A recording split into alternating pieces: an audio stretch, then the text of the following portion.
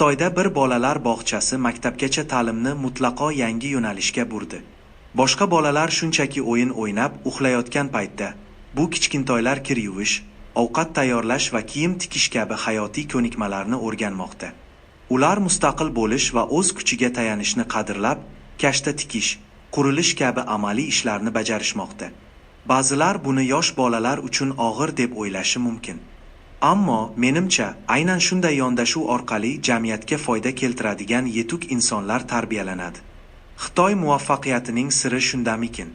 Bu fikrlash tarzi hamda aqliy va jismoniy salomatlikka ustuvorlik berishdir.